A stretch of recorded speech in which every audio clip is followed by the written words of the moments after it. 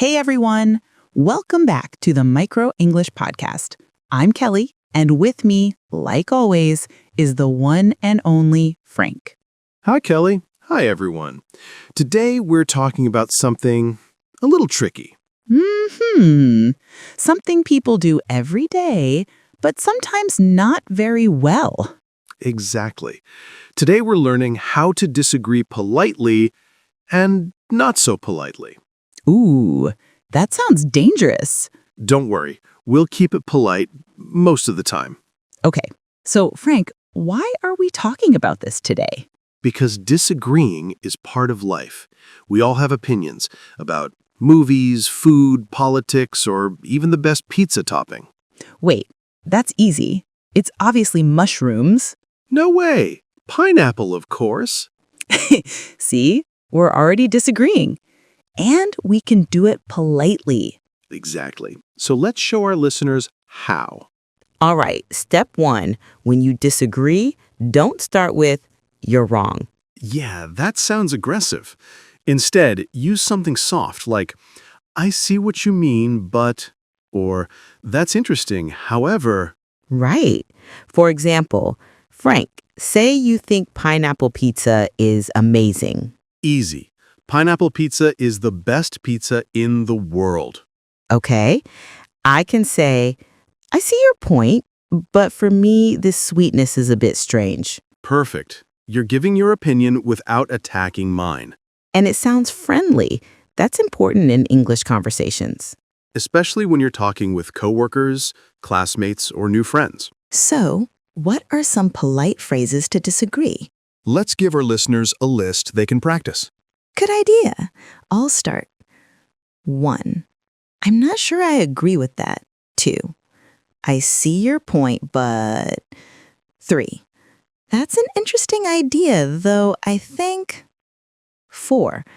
I respect your opinion, but... 5. That might be true, but from my experience... Nice list. And here are a few more. 6. You could be right, but... 7. I get what you're saying, however... 8. That's one way to look at it, though I prefer. Great.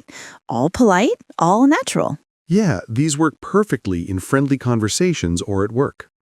But Leo, sometimes people disagree strongly. What happens then? That's when not-so-polite disagreements come in. Uh-oh. Don't worry, we're just explaining. English has strong disagreement phrases too, but you must use them carefully. Okay, but before we go there, can we show one more polite example? Sure. Let's say you and I are talking about movies. Easy. I love romantic comedies. And I prefer action movies. So I say, rom-coms are boring. Nothing happens. Ouch. Okay, I could say, I understand why you like action, but I enjoy stories with feelings. That's perfect. You didn't attack me, you just shared your taste. Exactly. That's what polite disagreement means. Kind honesty. Now let's learn some stronger, not-so-polite ways to disagree. Okay, but listeners, don't use these at work or with strangers. Yeah, these are more for close friends or when you're joking. Go ahead, Leo, give us one. No way! Simple and strong. It means you completely disagree. Right, like, I think pineapple pizza is the best. no way, that's disgusting. Ha ha ha, exactly. But notice Emma smiled and laughed when she said it. Tone matters. Yes, even strong disagreement can sound friendly if your tone is playful. Here are more not-so-polite phrases, but still common in daily speech.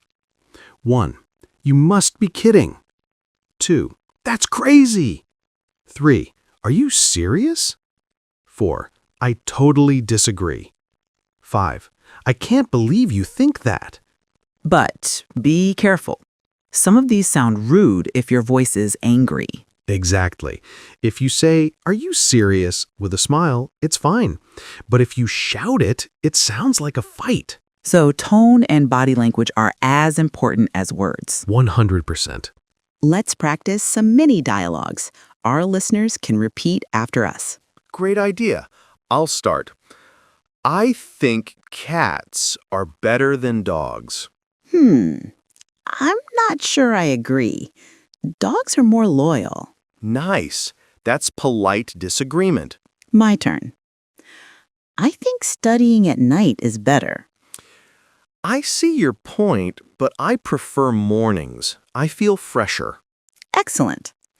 Let's add one more level. Agreeing to disagree. Ah, yes, that's an important English phrase. It means we both have different opinions, but we accept it and move on. Right. Like, I like pineapple pizza? I don't. Okay, let's agree to disagree. And that ends the argument peacefully. Listeners, remember this phrase. It's very common in friendly conversations. Now, Kelly, what about situations where someone is rude to you first? Ooh, that's tough. If someone says, "You're wrong," what can you do? You can keep calm and reply politely. For example, "That's your opinion." Or, "Let's look at it another way." Or even, "We don't have to see things the same way." Good. These keep you calm and respectful even if the other person isn't. And that's power, because staying polite shows confidence. Exactly. So quick recap for our learners. Use soft phrases like, "I see your point, but..." Smile and stay calm. Use friendly tone. And if things get tense, agree to disagree. Nice summary. Thanks, but we're not done yet. Oh? Next, we'll talk about cultural differences, how people disagree in different English-speaking countries. Ah, yes. British people, Americans, Australians, they all have their own polite style. Exactly. Okay, so we've learned how to disagree politely in general. But did you know that people in different countries disagree differently? Oh, yeah, definitely. For example, British people are super polite when they disagree. Right. They often use soft words like perhaps, I'm afraid, or not quite. Exactly. Like if a British person doesn't agree with you, they might say, "I'm afraid I don't share your view." That sounds so formal and gentle. I know. You'd think they're apologizing for disagreeing. Yeah. British people like to sound calm and respectful. And Americans? Americans are usually more direct, but still friendly. They might say, "I see what you mean, but," or "I don't really think so." True. And Australians?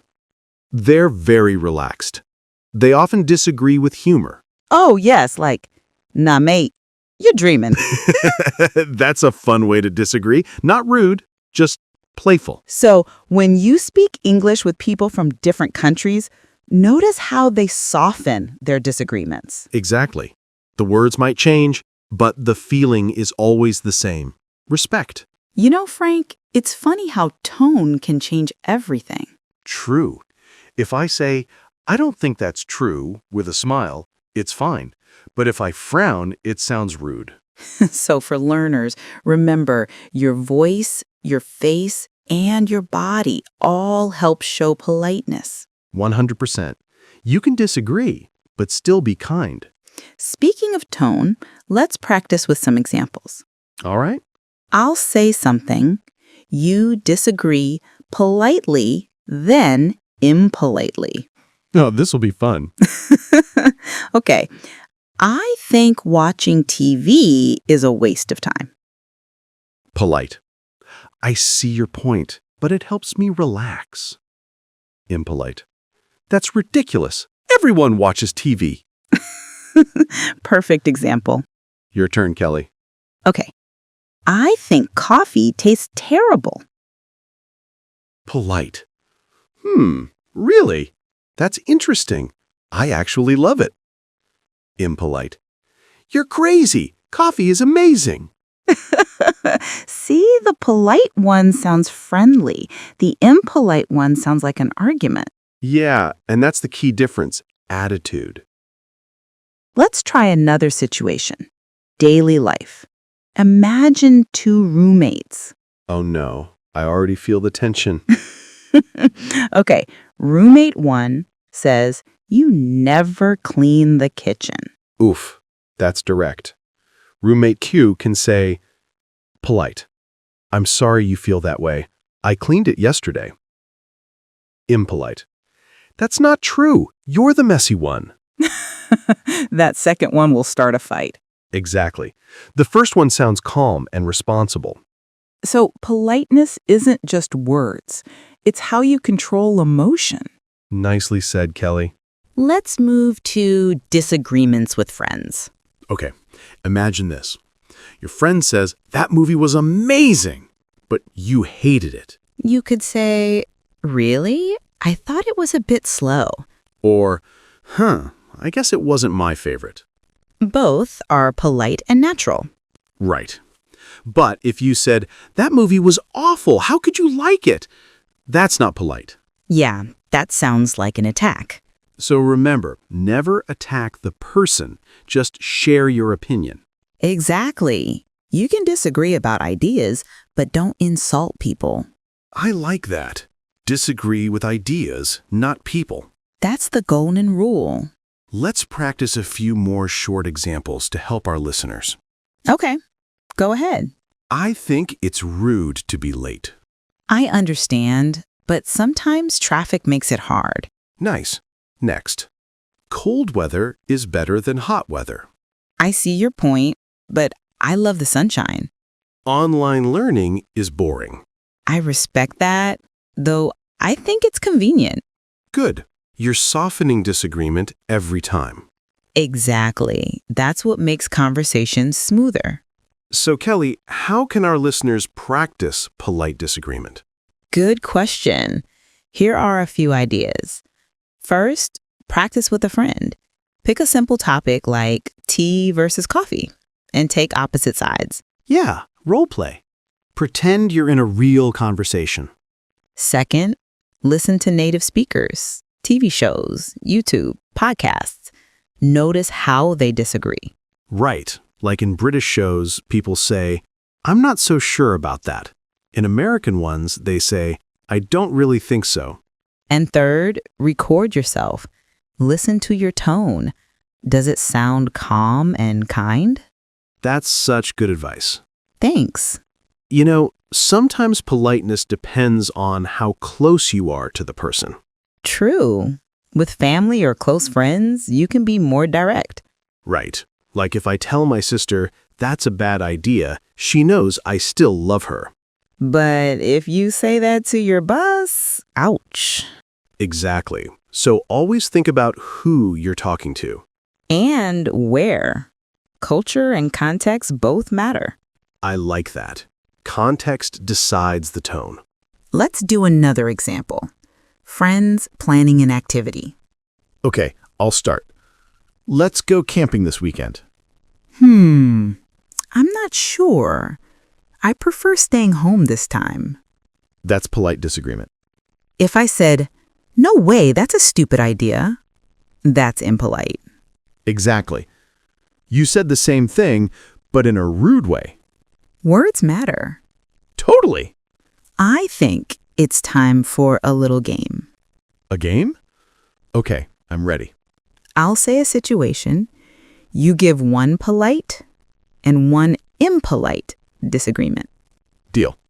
I'll say, your friend says, you should get a haircut. Maybe, but I like it this way. Mind your own business. Good one. Okay, next. Your friend says, you spend too much time on your phone. You might be right. I'll try to use it less. No, I don't. You're worse than me. Excellent. See how the polite one keeps the friendship safe? Exactly. The impolite one starts drama. I think our listeners are getting it now. Yeah, and we're just halfway. Right. In part 3, we'll talk about how to end disagreements gracefully and common mistakes English learners make. Plus, some fun expressions you can use to sound natural. So stay with us because the best part is coming next. Well, we're now in the last part of today's episode. How to end a disagreement politely. Yep. Because sometimes, even when you try to be polite, the talk just goes in circles. Exactly. You keep saying, I think this, and the other person keeps saying, no, I think that. And nothing changes. That's when you need ending phrases. Like, let's just leave it there. Or maybe we can talk about this another time. Or the famous one, let's agree to disagree. And that one's my favorite. It's short, friendly, and it tells the other person, we're still okay. Right. It ends the argument without bad feelings. Let's give our listeners some natural endings they can practice. Sure. Here are a few simple ones. I guess we see it differently. That's interesting. Let's move on. We both have our opinions. Let's not argue about it. We can talk about this later. Nice. These work in almost any situation, at home, with classmates, even at work. Yep. Ending politely shows maturity. And it saves time. You know, Kelly, sometimes learners think disagreeing politely means never disagreeing. Oh, yes, that's a big misunderstanding. But disagreeing is normal. It makes conversations interesting. Exactly. Politeness doesn't mean silence. It means respect. So don't be afraid to say, I don't think so, if you say it kindly. Right. English speakers actually like honest opinions, as long as they're respectful. Let's talk about common mistakes English learners make when they disagree. Good idea. Mistake number 1, being too direct. Yeah, saying you're wrong or that's stupid sounds very strong in English. In some languages, that's normal, but in English, it can sound rude. Mistake number 2, speaking too loudly. True. Even if your words are polite, changing the meaning. Mistake number 3, using negative body language, rolling eyes, crossing arms, or turning away. Right. Your body speaks too. And mistake number 4, forgetting to listen. Ooh, that's a big one. If you don't listen, the other person feels ignored. Polite disagreement is a two-way street. You talk and listen. Okay, Leo, let's do a quick good versus bad round. Nice. I love this game. I'll say something rude and you fix it. It's challenge accepted. You're wrong about that. Polite version, I'm not sure I agree with that. That's stupid. I don't think that's the best idea. I don't care what you think. Let's look at it another way. Perfect. See how small changes make a big difference? Yeah, it's all about softening your message. Let's teach some magic softening words. Ooh, I like that. Magic words. Try adding these to your sentences.